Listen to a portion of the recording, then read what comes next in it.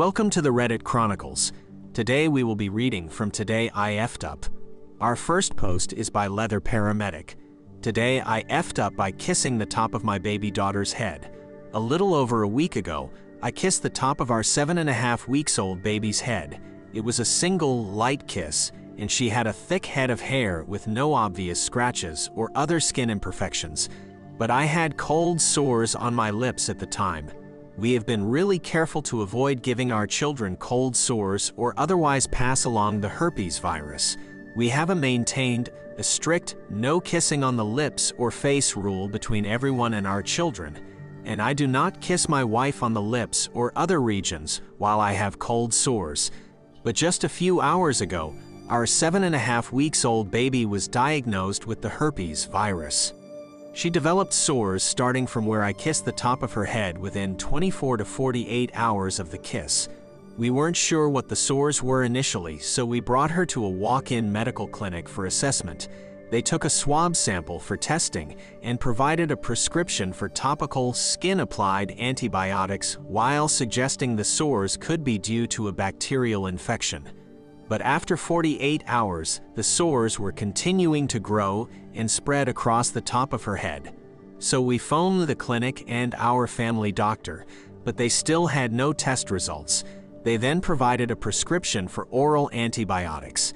But after 24 hours, the sores were continuing to grow and were now across her forehead. We still had no test results, so my wife took her to our family doctor. But our family doctor did not know the cause of the sores either and suggested we take her to the Children's Hospital emergency. We took our baby to Children's emergency that evening. They took a look at the sores and listened to our concerns. They also took swab, blood, and urine samples to try to determine the cause of the sores, bacterial or viral, and to determine if it had spread to other organs or systems.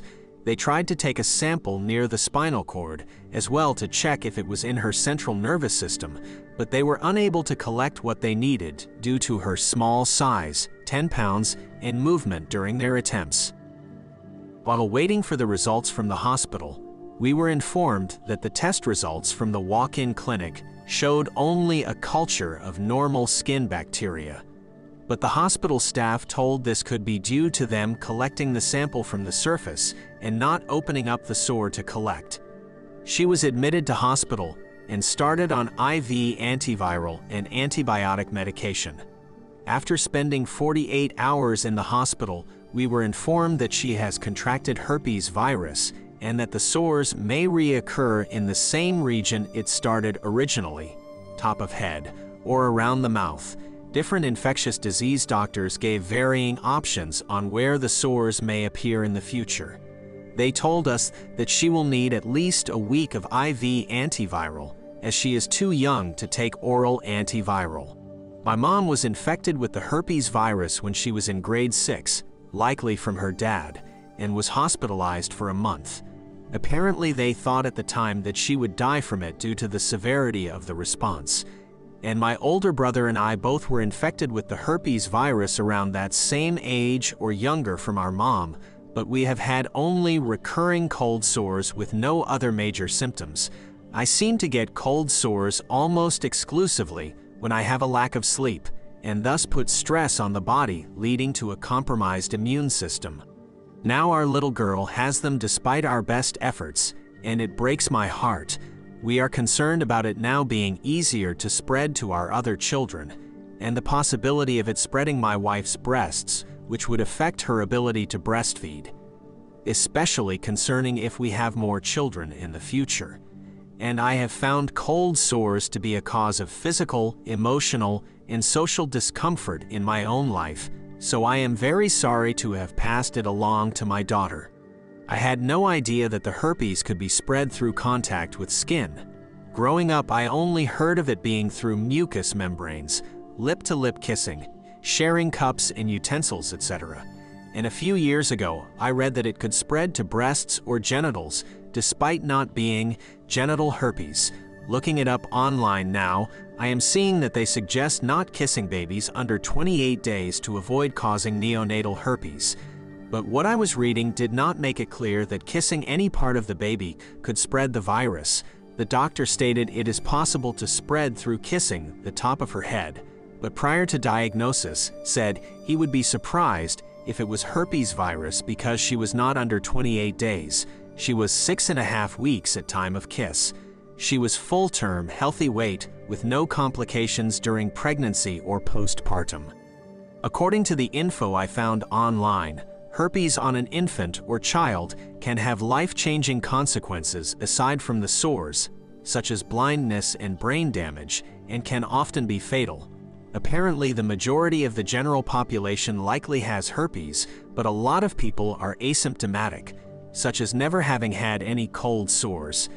And herpes can be spread within the body or to others whether or not there are sores present at the time, although it makes it more likely to spread to others if there are sores. So I am sitting here in the hospital full of regret over that single kiss and hoping that she is able to make a full recovery. But I am glad that she did develop visible sores and that I suggested along the way that the sores could be due to herpes, because they were able to diagnose and treat the virus relatively early, which may have prevented it from spreading to other regions of the body. I am also glad that our baby was healthy on seemingly all account prior to this incident, because it would likely affect her worse had there been other compromising factors. And I am hopeful that effective and safe therapeutic and preventative vaccines for the virus will be developed in the near future. I do not want to cause unnecessary or excessive fear among others, but I want to share my experience and raise awareness of the risk. I wish I knew what I do now a couple of weeks ago. I would take back that kiss in a heartbeat. Our next post is by Different Mango. Today I effed up by causing a scene at work because someone ate half of my lunch. This happened a few days ago, but I'm still feeling the after effects. At work, there is a lunch thief. Our boss has not done a single thing about it despite the many complaints from multiple employees. So far, no one has any idea who the thief might be. People label their food and hope for the best. We have been warned about how using certain methods to try catch said thief could potentially get us into legal trouble, so it's hard to catch them. I, like many others, have had my food stolen a couple of times. It's annoying, but I would grit my teeth and get on with it. Earlier this week, I packed myself a grilled cheese sandwich and a cupcake. I put a sticky note saying, "Property of Different Mango, please don't touch." I was already looking forward to my lunch while laying in bed the night before. It sounds juvenile, but if you have ever had to hide from everyone or pretend to not be hungry during lunch, you probably know the good feeling you get when you get to be like everybody else. My lunch break came, and I went to get my food in the fridge only to find half my sandwich and the cupcake wrapper. It was the last straw that broke the camel's back. I just started bawling in front of everyone. They just gave me weird looks as I excused myself to the restroom. Now the other employees laugh about how dramatic and emotional I was over something so trivial. I've never been so embarrassed in my life.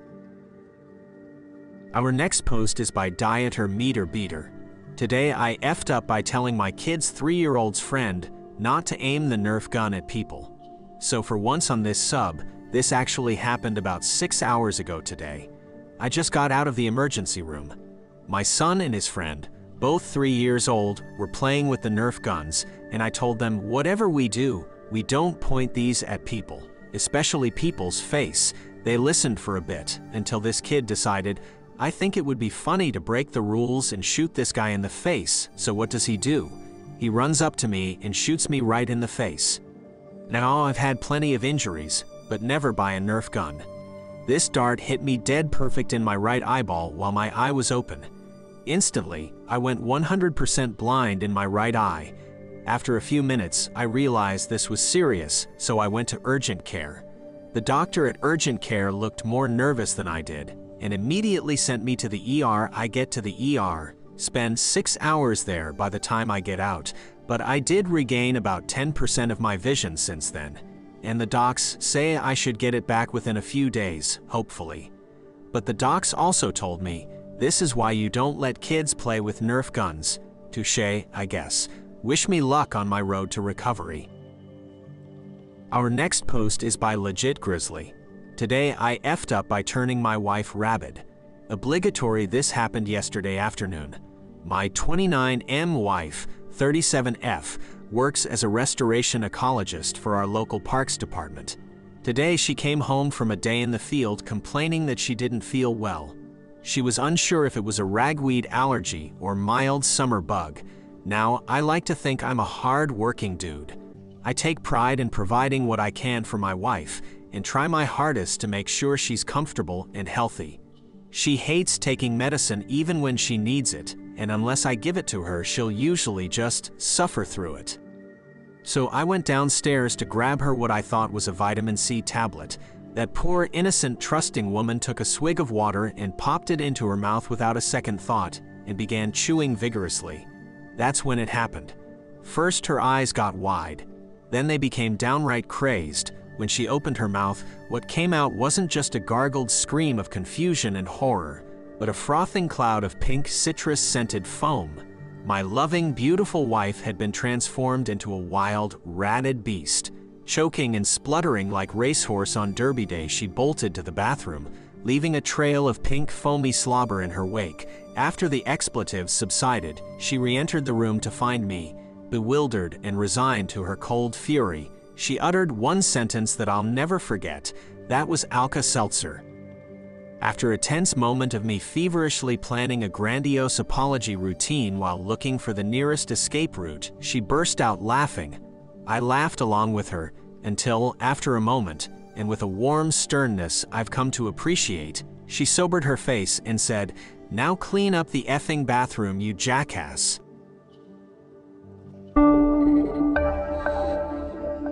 Thank you for listening to the Reddit Chronicles. Follow for more content.